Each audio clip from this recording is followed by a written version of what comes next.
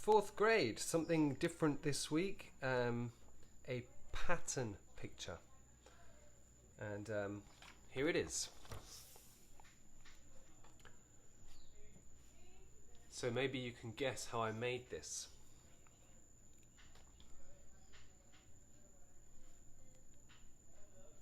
That's right, you draw around the hand first.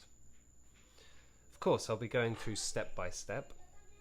But before we get started, I just want to give you a tip and talk about the controlling the marker and the pencil for a piece of work like this. The skill that you need to develop for making a piece like this is long fluid lines, right? So not stopping and starting very much. You can do it like that if you want to start with, kind of taking it slow, doing each part bit by bit. But what I hope you could do at the end is these long fluid lines. And by all means, if you want to, you can practice that before you do the final piece. So here, let me show you what I mean. Just reusing a piece of paper here. You might take a marker, and what I want you to practice is these long lines without stopping. You can do straight lines first, and then try wavy lines. Can you control it so you can do a bump and then whoop and come back in and keep it straight?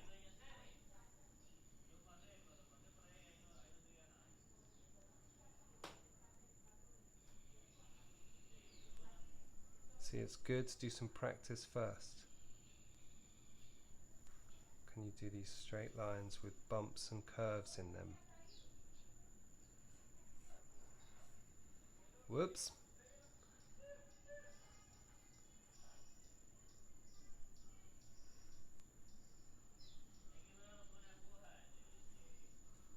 Sort of looks a bit like a face now, doesn't it? Okay. It wasn't going to be this, but never mind. What kind of animal is that? So when you've done some practice,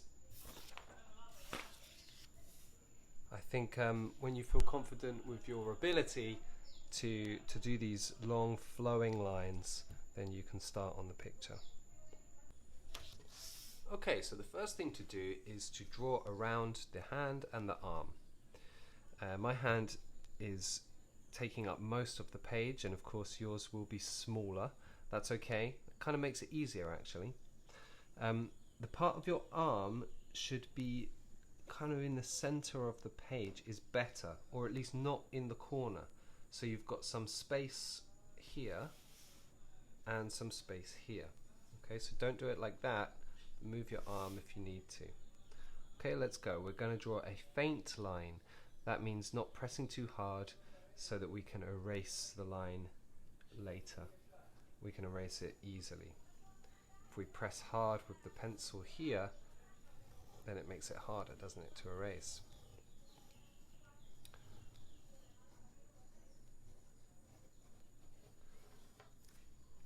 Okay, there we go. The next thing to do is to start the lines. So we do a straight line. Whenever we touch the line of the hand, we make it into a curve, and then carry on with a straight line. Yep.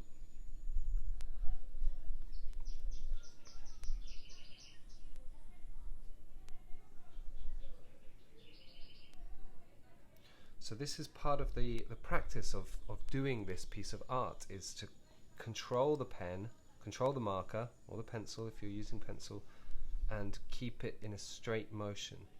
Okay, so you're learning to control your movements to create straight lines and curving lines. Can you do it all in one motion? Maybe not straight away. Maybe you have to do it bit by bit. So you do a line here first, check that that's okay, then do the curving part, check that's okay, yep, and then carry on. Maybe you need to do this in sections. That's okay too. Take your time. Okay?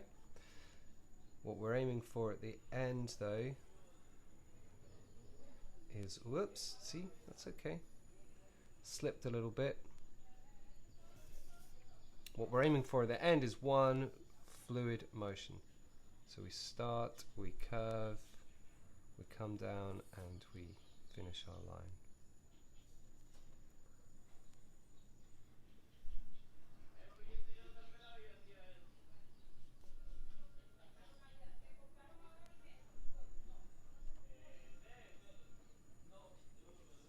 Sometimes the curve kind of curves too much and I've got a white space there. Never mind.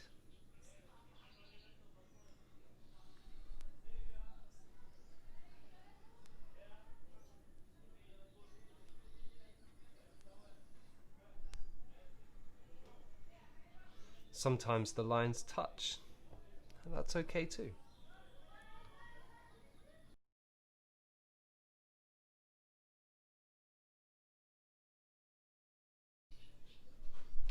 So this part can get a little bit tricky here.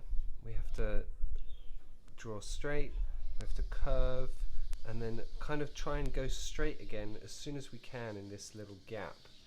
But it's okay if it doesn't go exactly straight like it's going here. It can kind of curve in that shape a little bit too. You watch as I continue, and hopefully that will become clearer.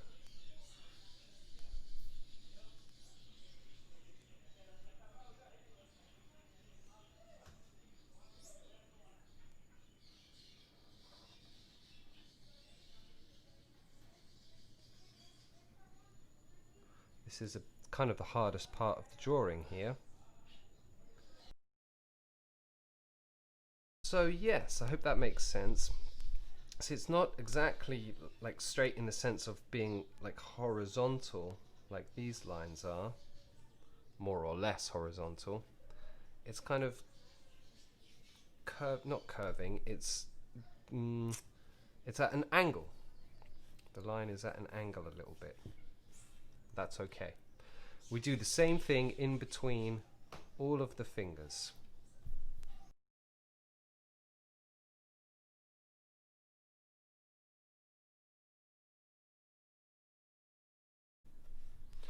Now when the finger has ended, we have to just sort of smooth out that curve, kind of like we did here. Alright, so it's not such a big bump, but it's sort of smoothing it out.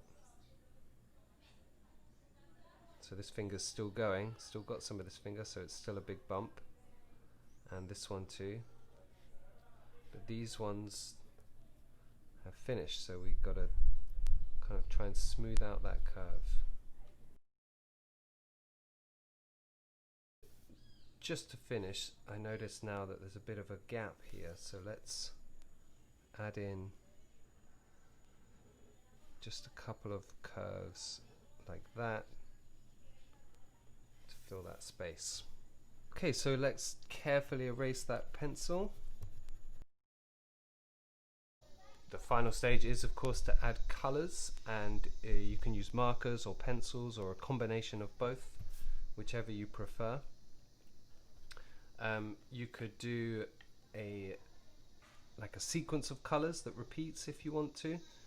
So it could go, you know, blue, purple, orange, red, pink, blue, purple, orange, red, pink, blue, purple, orange, red. So you could just repeat that sequence. It could be any sequence you like. It could be colours of the rainbow. It could be any colours you like.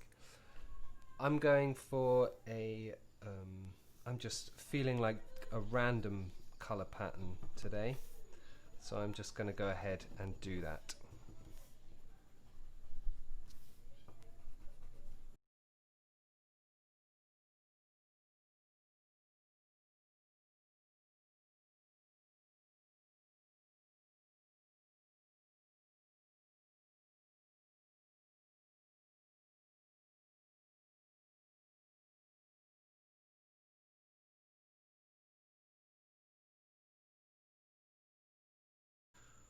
Okay, so I'm going to stop there with my picture. I like it like this. I think it looks cool with lots of white stripes as well as all the random colors. And of course you can see I've used pencils and markers and some thin markers and some thicker markers, and I like that variation. You can color yours any way you like. It could look really nice with a sequence of colors or a gradient of colors where it goes from like darker to lighter colors. Something like that could look really good too. But yeah, whatever you choose, I'm sure it's gonna look great, and I hope you enjoy making your pictures. Don't forget to share them, and I look forward to seeing them.